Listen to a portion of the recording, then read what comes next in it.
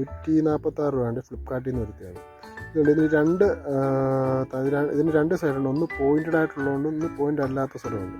ഈ പോയിൻറ്റഡ് ആയിട്ടിരിക്കുന്ന സ്ഥലം കുറച്ച് നമ്മൾ ആ എമരി പേപ്പർ ഇട്ട് ഉരയ്ക്കണം. ഉരച്ച് കഴിയുമ്പോൾ ഒരു വൈറ്റ് കളർ വരും.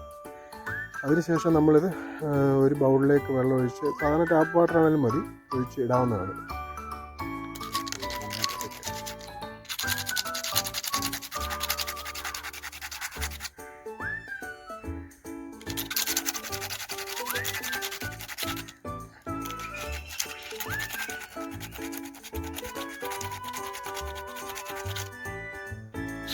ഒരു വൈറ്റ് കളർ വന്നതാണ്.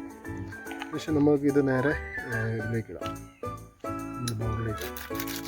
അങ്ങനെ നമ്മൾ ഈ മുഴുവൻ വിത്തുകളും നമ്മൾ ഉരച്ച് ഇതിൻ്റെ അകത്ത് ഇട്ടിട്ടുണ്ട്. ആ പോയിൻ്റായിട്ടുള്ള ഭാഗം ഉരച്ച് കളഞ്ഞിട്ട് ഈ ബൗളിലേക്ക് ഇട്ട് വെച്ചിരിക്കുകയാണ്. നമ്മൾ ഇന്നലെ ഇട്ട താമര വിത്തുകളെല്ലാം നന്നായി വീർത്ത് വന്നിട്ടുണ്ട്. വെള്ളത്തിൻ്റെ കളറ് മാറിയിട്ടുണ്ട്. നമുക്ക് ഈ വെള്ളം ഒന്ന് മാറിക്കൊടുക്കണം. ഇത് 2-ാം ദിവസമാണ് കേട്ടോ. നമ്മൾ ഈ താമരയുടെ വിത്ത് ഇട്ടിട്ട് ഇന്ന് 3-ാം ദിവസമാണ്. ഇപ്പം 1-2 എണ്ണമൊക്കെ ഇങ്ങനെ മുള പുറത്തേക്ക് വരാനായിട്ട് ക്രാക്കായിട്ടുണ്ട്. ഇതുണ്ടോ, പച്ച കളറിൽ അതിൻ്റെ അകത്തൊന്ന് കാണാൻ സാധിക്കുന്നുണ്ട്. ഇത് വെള്ളം നമുക്ക് മാറ്റി വെക്കാം. നമ്മൾ വെള്ളം മാറ്റിയിട്ടുണ്ട് വീണ്ടും. ഇപ്പോൾ നമ്മുടെ താമര നന്നായിട്ട് കിളുത്ത് വന്നിട്ടുണ്ട്. ബഡ് ഇപ്പം വെളിയിലേക്ക് വന്നിട്ടുണ്ട്. നമുക്കിതിൻ്റെ വെള്ളം ഒന്ന് മാറ്റി നോക്കാം. അങ്ങനെ നമ്മൾ താമരയുടെ വിത്ത് വെള്ളത്തിലിട്ടിട്ടുണ്ടായിരുന്നു. അതിൻ്റെ ഇപ്പം എനിക്ക് തോന്നുന്നു 8 ദിവസം കൂടെ ആയിട്ടുണ്ട്. ഇപ്പോൾ കുറേ എണ്ണമെല്ലാം കിളുത്ത് വന്നിട്ടുണ്ട്. കുറച്ചുകൂടി കിളുക്കാനുണ്ട്. ഇതിനെ നമുക്കൊരു ചട്ടിയിലേക്ക് ചെളി നിറച്ചിട്ട് അതിലേക്ക് മാറ്റാം. നമുക്ക് വേറെ ചട്ടിയൊന്നുമില്ല. ഇപ്പോൾ ഈ കറിച്ചട്ടിയാണ് കിട്ടിയത്. നമുക്ക് കറിച്ചട്ടിയിലേക്ക് നമുക്ക് ഈ ചെളി എടുത്തിടാം.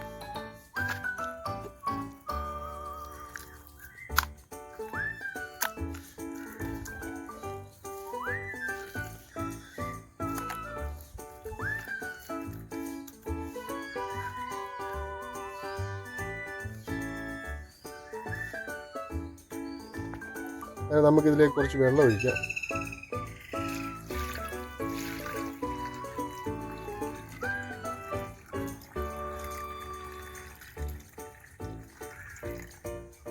അങ്ങനെ നമ്മൾ വെള്ളം ഒഴിച്ച് നിറച്ചിട്ടുണ്ട്.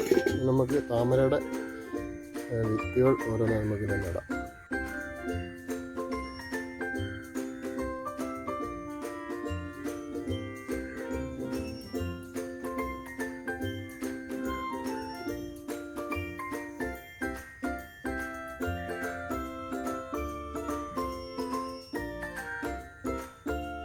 ഇത് നട്ട് കുറച്ചായി കഴിയുമ്പോഴത്തേക്ക് നമുക്കിത് നമ്മുടെ കുളത്തിലോ അല്ലെങ്കിൽ നമ്മുടെ തോട്ടിലോ നമുക്ക് ഇടാവുന്നതാണ്.